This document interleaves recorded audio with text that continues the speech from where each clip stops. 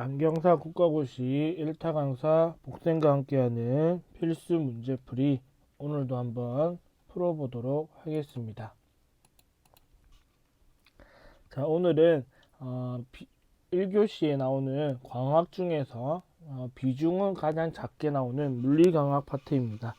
비중이 작아서 많은 학생들이 비중 대비 어렵기도 한 것 같고 외워야 될 것도 많은 것 같아서 많은 학생들이 포기하는 경우들이 많은데, 그래도 우선 기출 문제로 많이 나오는 유형들, 그리고 그래도 꼭 봤으면 좋겠다라고 하는 부분들 한 두 문제 정도 풀어볼 테니까, 이런 유형의 문제들이 나오면 이 정도 수준으로는 한번 도전해 보시는 게, 뭐 5문제라고는 하지만 그 중에서 두세 문제만이라도 우리가 득점할 수 있으면, 오늘 운이 좋아서 5문제를 다 득점할 수 있으면 생각보다 많은 점수가 될 수 있으니까 여러분들이 풀이를 보시고, 제가 올려놓은 이론 강의 영상도 있으니까 함께 보시면서 물리광학을 그래도 도전해볼만 하겠다라는 생각이 가졌으면 좋겠다는 생각으로 시작해 보겠습니다.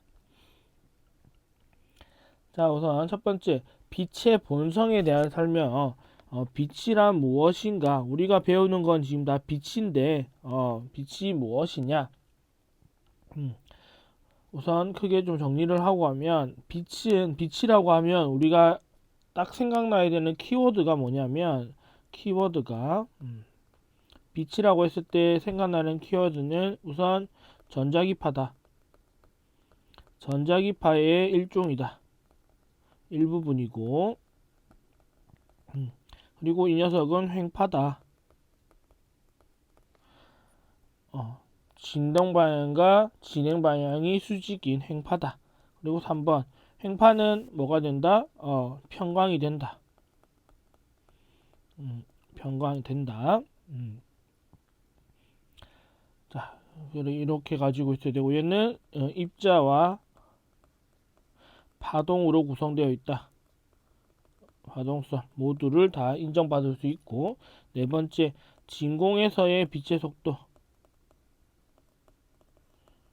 속도는 우리가 강속도 C로 표현하고 3 곱하기 10의 8승 미터 퍼 초 이렇게 표현할 수 있죠. 이런 것들이 여러분들이 기본적으로 생각이 나야 되고, 그리고 이 속도라고 하는 녀석은 파장 곱하기 진동수로 구할 수 있다. 진동수로 구하고, 이 속도라고 하는 녀석은 속도는 누구의 속도는 파장에 비례한다.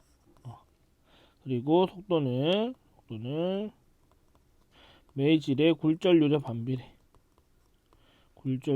반비례한다. 즉 굴절률이 높아지면 속도는 감소된다. 이런 것들. 그러니까 이런 요소들이 머릿속으로 떠올라야지만 여러분들이 빛에 대한 것들이 어떤 것이란 걸 알고 있다라는 부분이 되는 거니까. 자, 진동수가 클수록 파장은 길다. 진동수와 파장은 서로 반비례 관계입니다. 하나가 커지면 하나가 작아진다. 왜? 이거 두 개 곱해서 속도가 되는데, 동일 매질 내에서 속도는 동일해야 되니까 하나가 커지면 하나가 작아지죠. 아니다. 얘는 틀렸고 반비례 관계를 가지고 있다. 자, 빛은 입자와 파동의 양면성을 가지고 있다. 맞죠? 전자기파 일종으로 어디에 속한다? 종파가 아니고 횡파에 속한다. 매질 속에서의 강속도는 파장이 길수록 느리다. 파장이 길수록 빠르다. 매질의 굴절률은 파장이 길수록 커진다. 매질의 굴절률과 파장 길이랑은 직접적으로 연결시키는 어렵지만 속도랑 비교해보면 다르죠. 길수록 작아진다. 근데 직접적으로 연관짓기는 어려우니까 얘는 조금 지우셔도 될 것 같고, 답은 2번. 그래서 제가 키워드로 적었던 이 부분들이 여러분들이 기억할 수 있다면, 생각날 수만 있다면 충분히 빛에 관한 내용은 문제를 풀 수 있을 겁니다. 자, 다음 파동에 관한 내용. 파동의 속도는 매질의 특성과 관계없다. 아니다. 매질이 변하면 속도도 달라진다. 자, 파동의 에너지 세기는 진폭의 제곱에 비례한다. 요거는 조금 고려해봐야죠. 왜? 진폭의 제곱과 진동수의 제곱에 비례한다라고 되어 있기 때문에, 자, 다른 거 이제 생각해 볼게요. 무한히 먼 강선에서 오는 빛의 파면은 구면파가 아니고 평면파가 되겠고요. 가까운 데서 오면 구면파가 되겠죠. 자유단 반사는 소환 매질에서 미란 매질이 아니고 미란에서 소환 매질로 진행하는 거. 그러면 소환에서 미란으로 진행하는 거는 뭐다? 고정단 반사. 자, 매질의 진동 방향과 진행 파동의 전달 방향, 진행 방향이 수직이면 횡파다. 횡파다. 자, 그럼 답이 남은 게 2번밖에 없겠네요. 진폭의 제곱에도 비례하고 진동수의 제곱에도 비례한다. 이게 이제 확실한 거지만 어쨌든 진폭의 제곱에 비례한다가 틀린 말은 아니기 때문에 우선 나머지 걸 확인해보고 틀린 부분 고치고 이렇게 보면 될 수 있습니다. 자, 그 다음에 넘어가기 전에 고정단 반사에서는 반사파의 위상이 180도 변한다. 이걸 꼭 기억해야죠. 자, 고정단 반사에서 반사파만 변하고요. 투과파도 변하지 않고 자유단 반사는 다 변화 없고요. 고정단 반사에서 반사파만 위상이 변한다. 요거 하나 기억해 놓을게요. 자, 다음 설명과 관계된 전자기파의 영역은 다음 다 전자기파의 종류들인데 이 모듈은 다 전자기파인데 파장이 200에서 380 나노미터 영역이다 라고 하면 단파장이다 라는 거 알 수 있겠고, 짧다, 백내장의 원인이 될 수 있고 살균 효과와 화학작용이 강하다 정리하면 자외선이 되겠죠. 자외선 UV 울트라 바이올렛. 답은 3번이 되겠습니다. 적외선이 되려면 700 나노미터 이상이라고 나와야 될 거고, 화학작용이 아니고 열작용이 강하다. 높다. 그 다음에 치료 효과가 좋다. 우리가 치료할 때 많이 쓰잖아요. 가시광선은 눈으로 볼 수 있는 빛.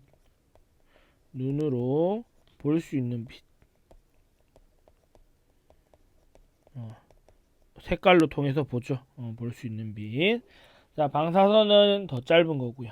자, 우선 넘어가기 전에 여기서 그러면 파장의 길이로 나눠보면, 파장의 길이로 분류를 해보면 1번이 가장 짧고요.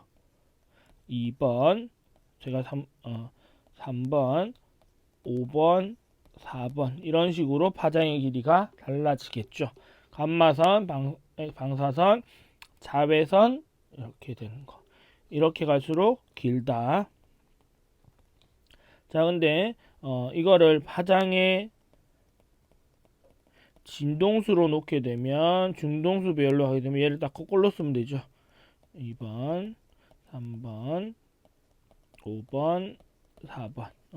진동수가 이렇게 가야 이렇게 작다.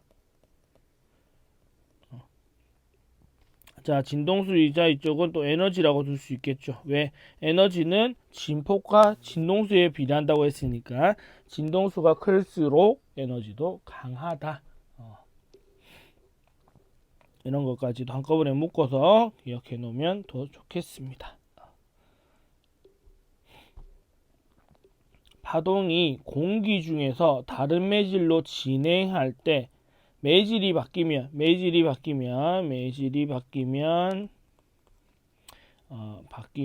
다 변한다. 다 변한다.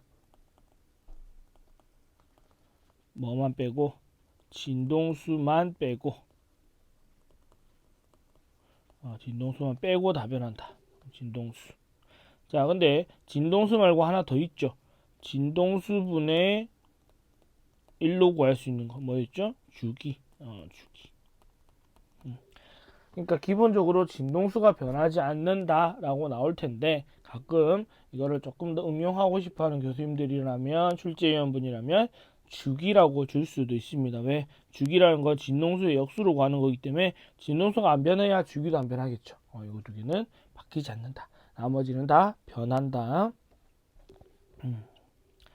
자, 이렇게 놓을게요. 변하지 않는 요소 딱 하나 있으니까. 자, 지금 1장에 관한 문제들이 많은데 아무래도 기초 내용이 많아야 되죠. A점에서 B지점까지 이동하는데 1초 걸렸대요. 여기서 여기까지 가는데 1초 걸렸대. 1초. 그러면 1초 동안 진동한 횟수를 찾아라. 진동수란 말은 1초 동안 진동한 횟수라는 뜻이잖아요. 단위는 헤르츠라고 쓸 거고 자, 1초 동안 한 번 끌어놨죠. 두 번, 세 번, 네 번, 다섯 번 5회 진동을 했어요. 5회 진동을 했으니까 우리는 5헤르츠. 주기라고 하면 5분의 1이니까 1초가 되죠. 5분의 1초가 되니까 0.2초와 같죠. 그러니까 1초에 5번 했단 말은 0.2초에 한 번씩 진동했다라는 거 알 수 있겠죠. 0.2초에 한 번씩 진동했다는 것도 알 수 있겠습니다. 그러니까 이게 지금 진동수를 대놓고 물어보는 문제가 될 수 있으니까 이런 문제도 생각하셔야 되고요. 너무 쉽지만 모르면 틀릴 수밖에 없는 거니까. 자, 1장에서 어떻게 보면 가장 어려운 문제가 될 수 있는 파동 방정식인데요. 진폭 A0는 0.2m, 진동수 F는 3Hz가 되고 그 다음에 반사파가 없다고 하고요. 속력 V가 12m라고 할 때 각 진동수 오메가죠. 주기 T고요. 파장 람다, 파수 K.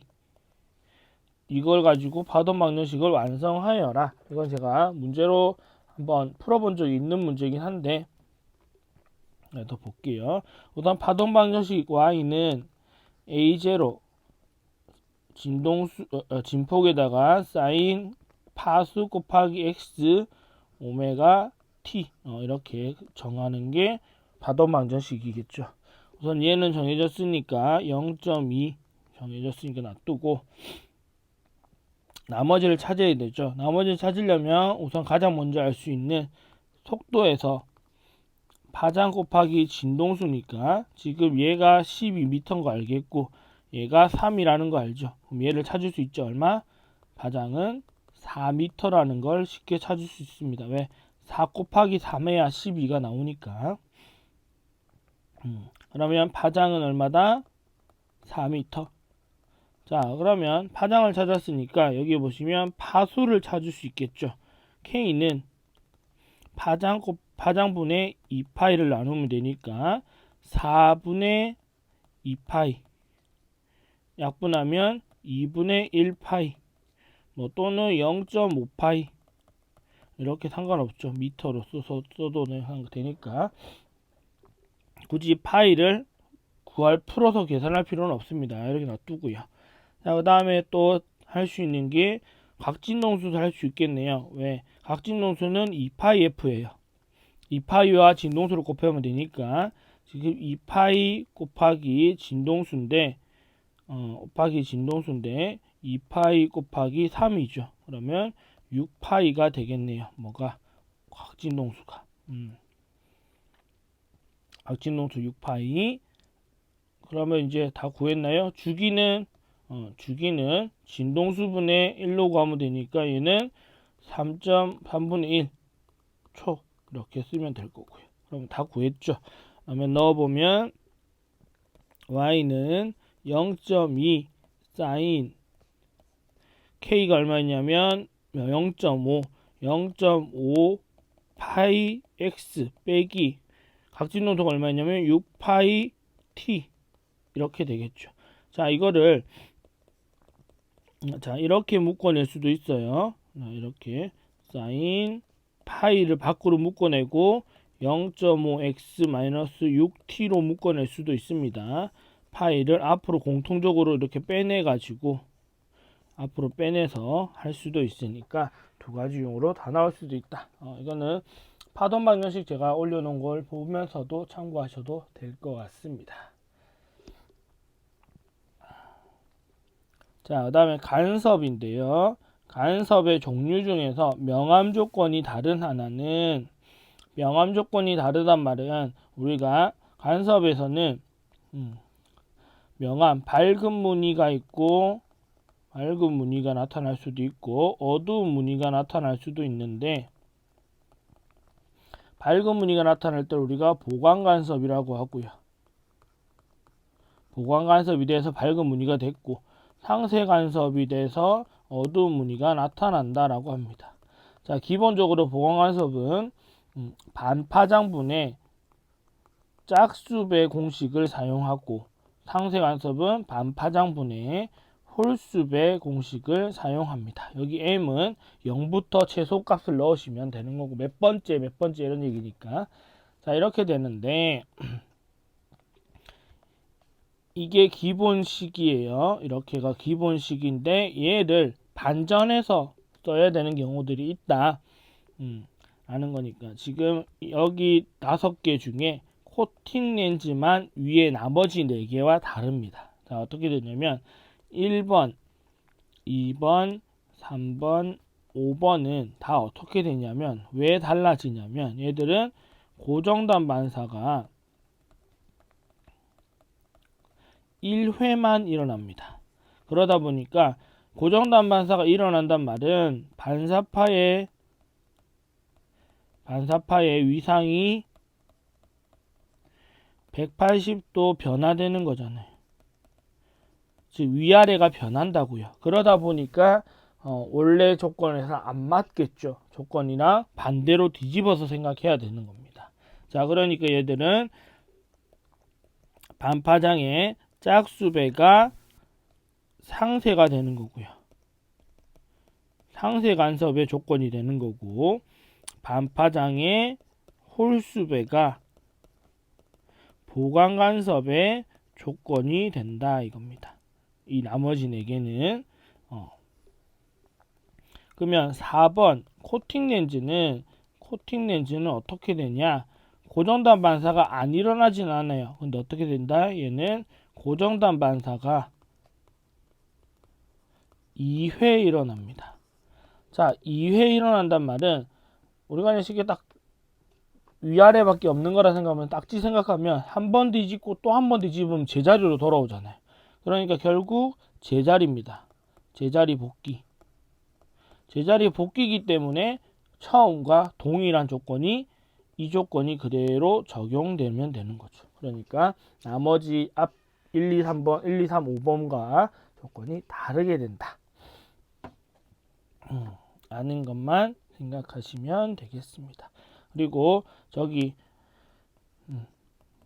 경로차, 이 경로차죠. 경로차가 얼마가 되느냐에 따라서 반파장의 짝수배냐, 반파장의 홀수배냐에 따라서 보강간섭, 상쇄간섭이 만들어지는데, 자, 여기에 있는 조건들에서는 어떻게 되냐?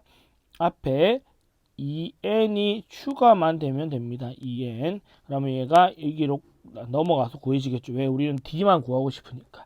2n이 추가되는 이유는 2라는 거는 막의 두께를 내려갔다가 올라와야 되는, 반복해야 되니까 두께의 2배. n은 막의 굴절률이라는 뜻이니까 막의 굴절률에 영향을 받는다. 저 경로를 이동할 때는 막의 영향을 받는 거기 때문에 거기서의 굴절률의 영향을 받게 된다. 그 부분을 고려한, 이거는 제가 이론 영상에도 올려놨으니까 참고로 하시면 되겠습니다.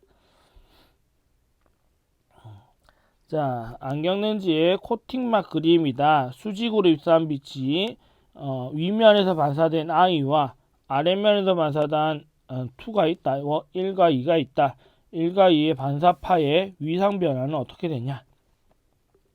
자, 여기 보면 공기, 여기가 여기가 공기, 여기 밑에가 글라스니까 렌즈죠. 그리고 이 두께를, 막의 두께를 D라고 하고요. 이렇게.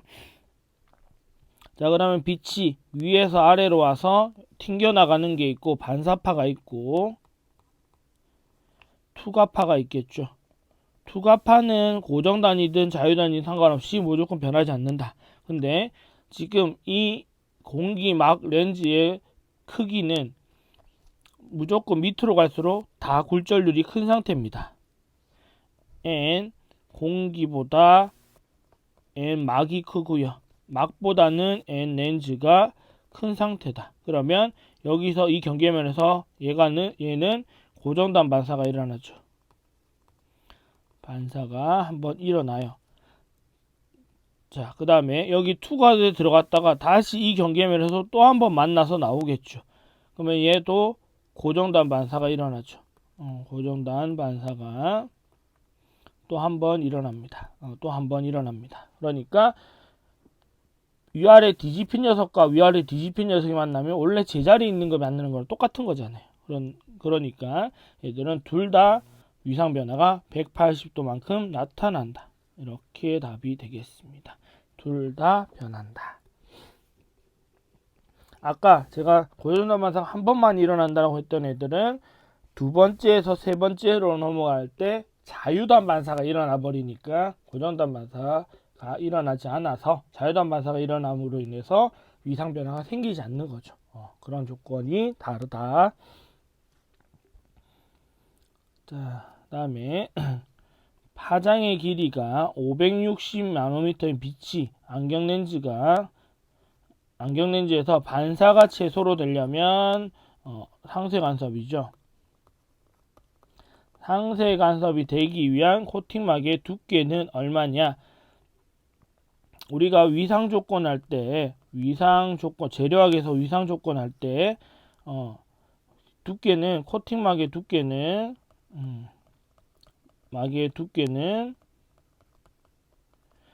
차단할 빛의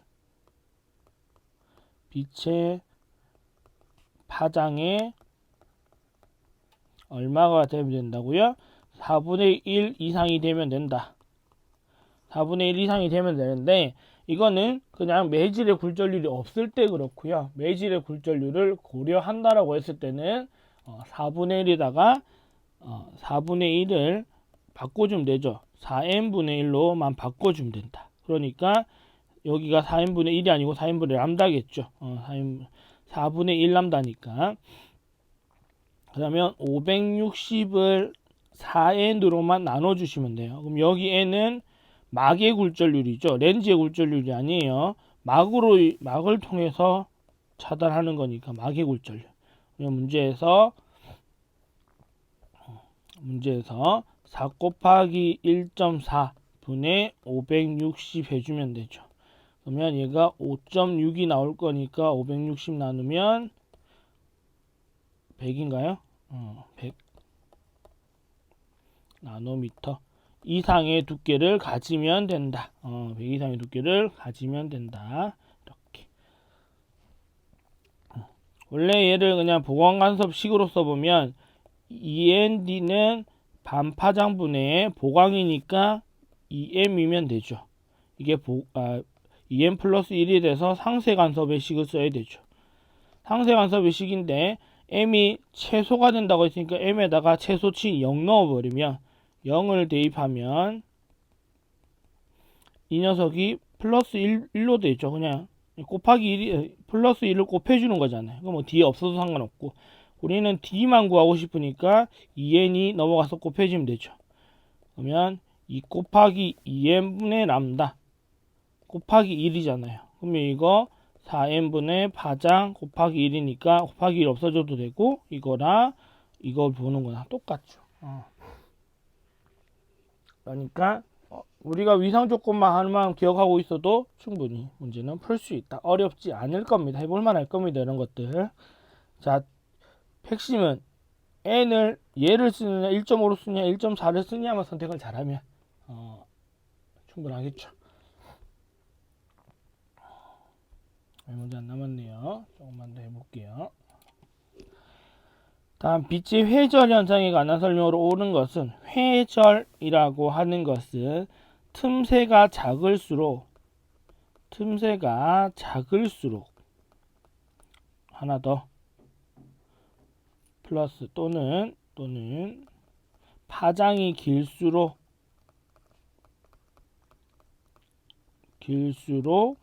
회절은 잘 일어난다. 자, 회절이 잘 일어난단 말을 바꾸면 무늬가 선명하다. 무늬의 선명도가 좋다. 무늬가 선명하다. 선명하게 나타난다. 이 조건이 되니까 틈새가 작거나 파장이 길거나 이게 만들어지면 되죠. 자, 그러면 문제 보기에서 틈새 또는 파장의 길이가 나타내는 거 하면 바늘구멍 틈새 있죠. 얘가 회절이 되겠고요.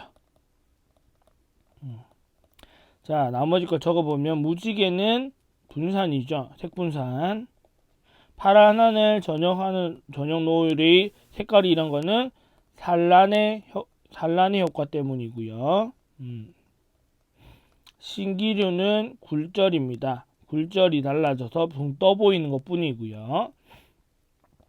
기름막은 아까 했지만 간섭 효과고요.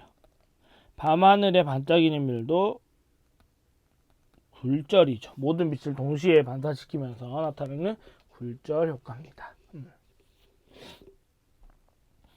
자, 이거 하나 딱 정리해 놓으면 여러분들 이런 문제 시험에 나왔을 때 충분히 해볼만 할 수 있을 것 같고요. 자,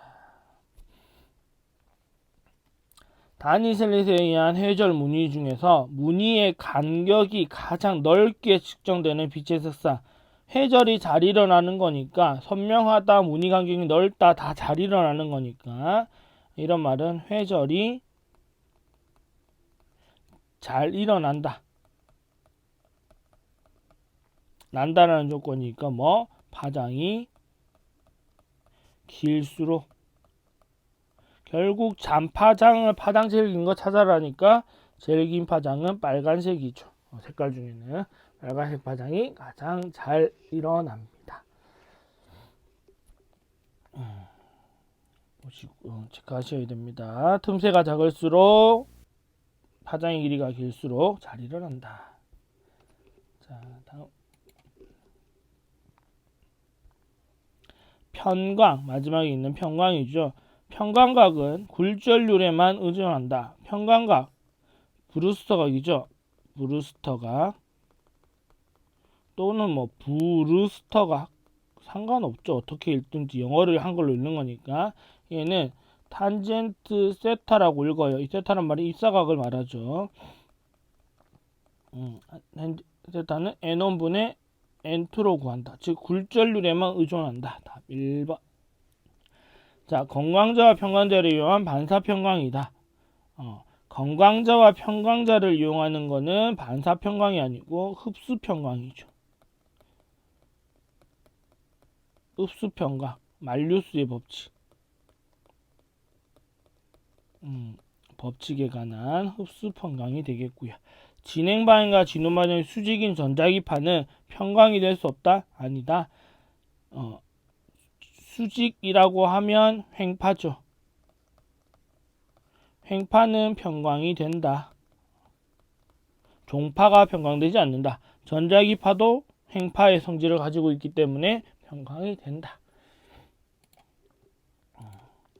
자, 굴절광사가 방사선 선이 90도를 이룰 때 이때 굴절각을 브루스터각이라고 한다가 아니고 굴절각이 아니고 입사각을 의미한다.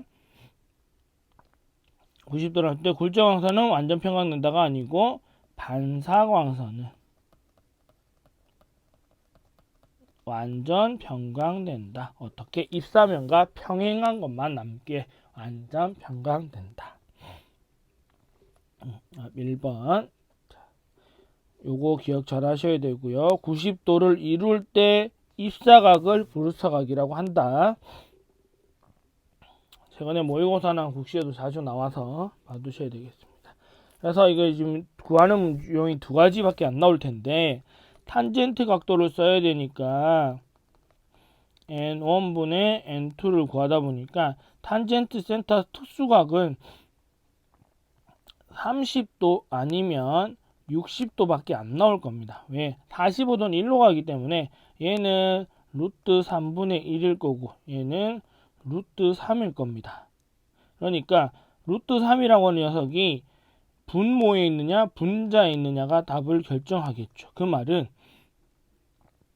n1이 루트 3이면 30도고요. n2가 루트 3이면 60도입니다. 이걸 어떻게 결정하느냐? 빛이 어디 있다가 어디로 갈 건데 처음에 있는 데가 루트 3이고 어디로 이동하면 먼저 n1이 되니까 30도고요. 공기에 있다가 루트 3이 매질로 간다? 그러면 n2가 루트 3이니까 예를 들면 60도죠. 자, 문제로 보면 공기 중에서니까 얘가 n1이죠. 굴절률이 3이 매질로니까 얘가 n2예요. 자, 그러면 공기의 굴절률이 1이란 거 알죠? 1분의 루트 3. 그러면 결국 루트 3이잖아요. 루트 3은 몇 도? 60도. 60도. 빠르게 알 수 있죠. 탄젠트 세타가 이런 값을 가지는 거는 탄젠트 세타가 루트 3을 가진다. 세타는 60도. 이런 거 알 수 있겠죠. 자, 이번에는 굴절률이 루트 3이 매질에서니까 얘가 n1이에요. 어디서? 공기로 이동이에요. n2입니다. 자, 그러면 루트 3분의 1이래요. 탄젠트 세타가 이렇게 된다. 자, 이거는 몇 도? 30도. 이렇게. 자, 어디서 어디로 가는지만 빨리 볼 수 있으면 생각보다 이 문제는 너무 간단한 문제거든요. 어차피 30도 아니면 60도밖에 안 나와요. 더 이상 나올 수 있는 게 없어서 이것만 또 체크하시면 되겠고요. 자, 마지막 평강 문제. 평형판이 입사하고 있는 평형하고 평강축은 서로 45도를 이루고 있다. 두 개의 평강판을 통과한 빛의 세기는 처음 입사한 빛의 세기의 몇 배가 되느냐 보면 되죠. 우선 첫 번째를 만약에 빛을 100이라고 할게요. 100이라고 하면 첫 번째 평강판을 지금 90도로 설정했죠. 90도로 설정하면 반이 없어지는 거죠. 반이 사라지는 거죠. 그러면 얘밖에 안 남으니까 지금 1분의 2배가 됐어요. 즉 여기서 지금 50밖에 안 살아남았습니다. 자, 53을 남은 애를 다시 평강판, 또 하나의 평강판 45도로 해놓은 것을 또 하나 추가 통과시키면 이렇게 나올 텐데 이거는 몇 배가 되겠느냐? 몇 배가 되고 얘는 에너지가 얼마겠느냐 이거잖아요. 자, 그러면 이거는 공식은 i라고 하는 이 i는 최종이고요. 1분의 2, 2분의 1을 곱해준 이유는 첫 번째 평강판은 무조건 2분의 1로 통과시킬 거니까 이거는 첫 번째 평강판에 대한 거. 첫 번째 통과할 때 무조건 2분의 1 될 거고 곱하기 i0 이게 최초죠.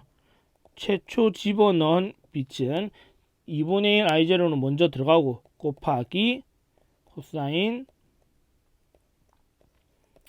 제곱 세타가 됩니다. 코사인 제곱 세타. 근데 지금 45도니까 45도면 2분의 루트 2잖아요. 그럼 얘를 제곱하면 4분의 2가 되죠. 이거 루트 없어지고 밑에는 4가 되니까 약분하면 2분의 1이 돼요. 그러면 이 녀석이 2분의 1로 바뀌겠네요. 그러면 i0 곱하기 2분의 1 곱하기 2분의 1이니까 4분의 1 곱하기 i0가 된다. 전체의 4분의 1배가 된다라는 거 알 수 있겠죠.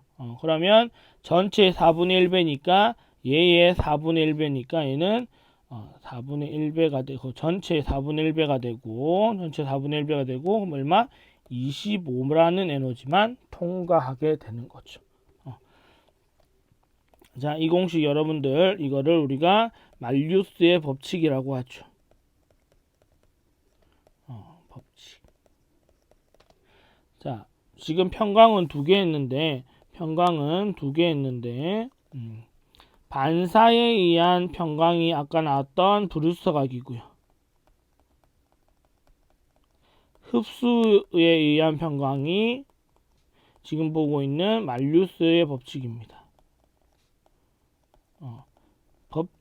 평강은 이거 두 개, 그리고 복굴절 나타내는 방해석밖에 없으니까 물리강학 딱 요 정도 35분이니까 시간이 짧진 않을 텐데 요 정도 보시면서 여러분들이 그래도 포기하기는 이르겠다 또는 해볼만 하겠다는 생각을 충분히 여러분들이 지금 이제 한 달 정도 남았을 거니까 스스로 판단하시기를 바라겠습니다.